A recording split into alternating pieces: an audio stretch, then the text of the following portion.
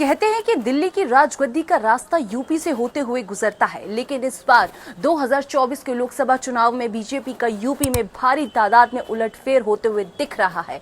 कुछ वजहें रही हैं और वो काफी मेजर है, जैसे कि पेपर लीक हो जाना, मोदी और योगी में अनबन का संकेत मिलना, चुनाव में योगी का इन्वॉल्व नहीं होना, काफी अलग थलग उन्हें रखा गया है पूरे चुनाव से।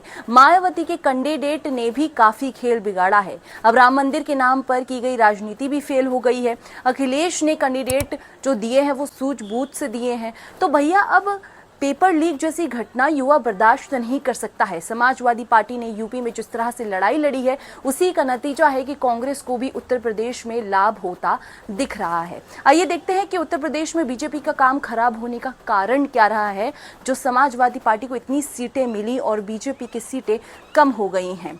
कई कारण हैं, तो सबसे बड़ा कारण रहा है मायावती के कैंडिडेट ने जो खेल बिगाड़ा है। पश्चिम से पूर्व तक मायावती ने ऐसे कैंडिडेट खड़े किए जो एनडीए कैंडिडेट्स को ही नुकसान पहुंचा रहे थे। पश्चिमी यूपी में मेरठ में देवव्रत त्यागी, मुजफ्फरनगर से दारा सिंह प्रजापति, खीरी सीट से बीएसपी का पंजाबी प्रत्याशी या बीजेपी को सीधा सीधा नुकसान पहुंचाया है जिन्होंने। इसी तरह पूर्वी यूपी में कोसी में बीएसपी ने जो कैंडिडेट उतारा उसने भी काफी नुकसान पहुंचाया है। कोसी सीट पर बालकृष्ण चौहान ने एनडीए की 2 साल पुरानी तैयारी को ही वट्टी पलीत कर दिया है। यहां पर बीजेपी ने स्थानीय नौनीय नेता दारा सिंह चौहान को समाजवादी पार्टी से इसीलिए उतारा कि उनका लाभ गोसी और उसके आसपास की सीटों के लिए भी मिल सके। पर जब बीएसपी ने एक नौनीय जाति के कैंडिडेट बालकृष्ण चौहान को खड़ा किया तो जाहिर सी बात है कि एनडीए का काम खराब होना ही था। इसी तरह चंदौली में बीएसपी ने अपने उम्मीदवार को उतारा, वहां पर भी उनकी जो पकड़ थी वो कामयाब रही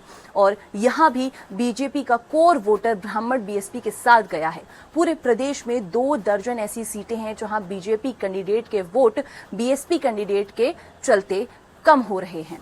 अखिलेश ने कैंडिडेट देने में जो सूझबूझ दिखाई, ये भी एक बहुत बड़ा कारण है। चुनावों के दौरान अखिलेश यादव की इस बात के लिए बहुत आलोचना हुई कि वो बार बार अपने कैंडिडेट बदल रहे हैं, पर इस बात की तारीफ करनी ही होगी कि उन्होंने जो कैंडिडेट खड़े किए वो स्थानीय गणित के हिसाब से बेहतर थे। यही कारण है कि धरातल पर वो बीजेपी कैंडिडेट को जबरदस्त टक्कर देते दिख रहे हैं। एक एससी कैंडिडेट को फैजाबाद में खड़ा करने का जो साहस दिखाया है अखिलेश ने, वो काबिलियत तारीफ है। इसी तरह मेरठ में भी जो सीट पर उन्होंने जिसे खड़ा किया था, खैर उस पर तो उन्हें सफलता दिखती हुई नजर नहीं आ रही है क्योंकि बीजेपी ने अरुण गोविल को खड़ा किया था, तो अरुण गोविल वहां से जीतते हुए नजर आ रहे हैं। तो वहां पर तो ये दाव नहीं चल पाया, लेकिन फैजाबाद में जो अखिलेश यादव का दाव था वो बहुत ही अच्छे तरीके से चल गया है। और कह लीजिए कि राम के नाम पर जो राजनीति वहां पर बीजेपी ने की थी वो शायद वहां फेल होती नजर आ रही है। इसी वजह से फैजाबाद सीट से अखिलेश यादव का प्रत्याशी, सपा का प्रत्याशी आगे बढ़ रहा है।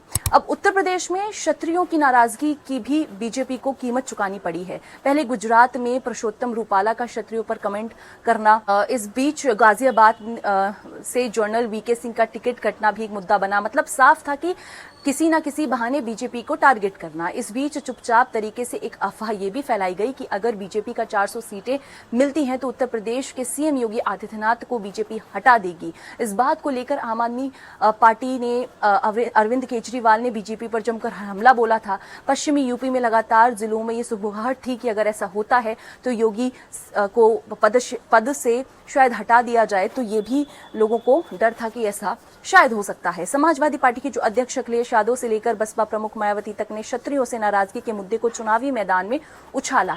मुजफ्फरनगर में क्षत्रियों की नाराजगी का मुद्दा बनाया गया और इसी वजह से ये मुद्दा इतना गर्मा गया कि जो क्षत्रिय समाज था, राजपूतों की जो नाराजगी थी वो भारी तादाद में समाजवादी पार्टी के तरफ आ गई और बीजेपी से जो नाराजगी थी वो अब नतीजों में साफ साफ दिख रही है कि किस तरह क्षत्रिय समाज उनसे नाराज था। पेपर लीक और परीक्षाओं में देरी के चलते युवा पीढ़ी ने जो माहौल बदला है। गांव के लोगों के लिए जो बात सभी जातियों के लिए समान है वो है कि सरकारी नौकरियों की तैयारी, चाहे ऊंची जाति का घर हो या पिछड़ी या अनुसूचित जाति हो, परिवार बस यही चाहता है कि सरकारी नौकरी मिले, परीक्षा हो। इसमें लड़के और लड़कियां दोनों ही शामिल हैं। उत्तर प्रदेश में विधानसभा चुनाव में इसी मुद्दे पर युवाओं ने पहली बार बीजेपी को इसीलिए वोट दिया था, पर बीजेपी बीजेपी की दूसरी सरकार के आते आते परीक्षा माफिया एक बार फिर सरकार पर भारी पड़ने लगा।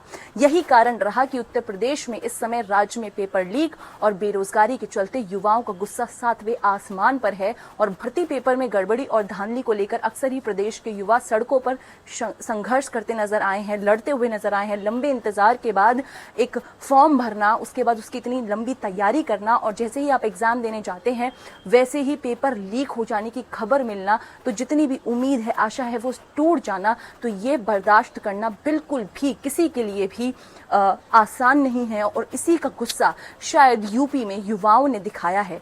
तो ये पल वो है जब बीजेपी को, यूपी में जो सरकार है बीजेपी की, उसको अपनी आंखें खोलने की जरूरत है कि राम मंदिर का मुद्दा हो, धर्म का मुद्दा हो, ये सारे मुद्दे अब शायद यूपी के लिए बड़े नहीं हैं। यूपी में लोग रोजगार चाहते हैं, महंगाई कम चाहते हैं, इंफ्रास्ट्रक्चर बनाना चाहिए, अच्छे मेडिकल कॉलेजेस बनाने चाहिए, मेडिकल हेल्थ केयर पर काम करना चाहिए। जो बेसिक नीड है जनता की, उसे पूरा करने पर ज़्यादा जोर डालना चाहिए। तो ये जो कुछ बड़े पॉइंट्स थे जिनके आधार पर ये कहा जा सकता है कि शायद बीजेपी को इस बार इसी वजह से उत्तर प्रदेश में हार, एक तरीके से हारी है ना। 80 सीटें हैं उत्तर प्रदेश में और वहां पर आप दावा करते हैं बाबा का बुलडोजर चलता है, बाबा का बोलबाला है, लेकिन उसके बाद भी सपा इतने अच्छे से अपना प्रचार करती है कि उससे लगभग 33 से 34 सीटें सपा अपने बल पर वहां पर हासिल कर रही है। और वहीं लोकसभा चुनाव हो रहे हैं और आप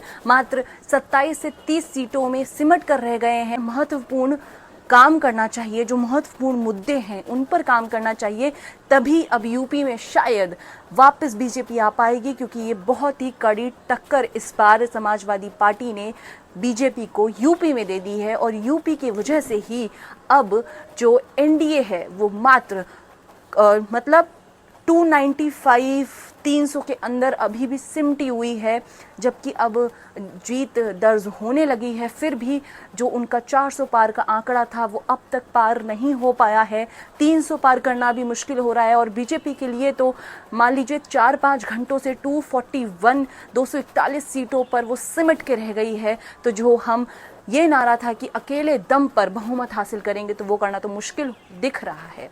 खैर, ये सारे मुद्दे थे, शायद इनकी वजह से, शायद नहीं, लगभग यही मुद्दे हैं जिनकी वजह से यूपी में बीजेपी को उलटफेर का सामना करना पड़ रहा है। नतीजे आ रहे हैं, लगातार पता चल रहा है और अपडेट्स आप तक पहुंचाते रहेंगे। खबरवती को प्यार देते रहिए, सब्सक्राइब कीजिए, चैनल को लाइक कीजिए, वीडियो को लाइक कीजिए, सब्सक्राइब कीजिए चैनल को। कमेंट सेक्शन में हमें बताइए और किन मुद्दों पर आप वीडियो देखना चाहते हैं, और इसी तरह खबरवती को लगातार देखते रहिए।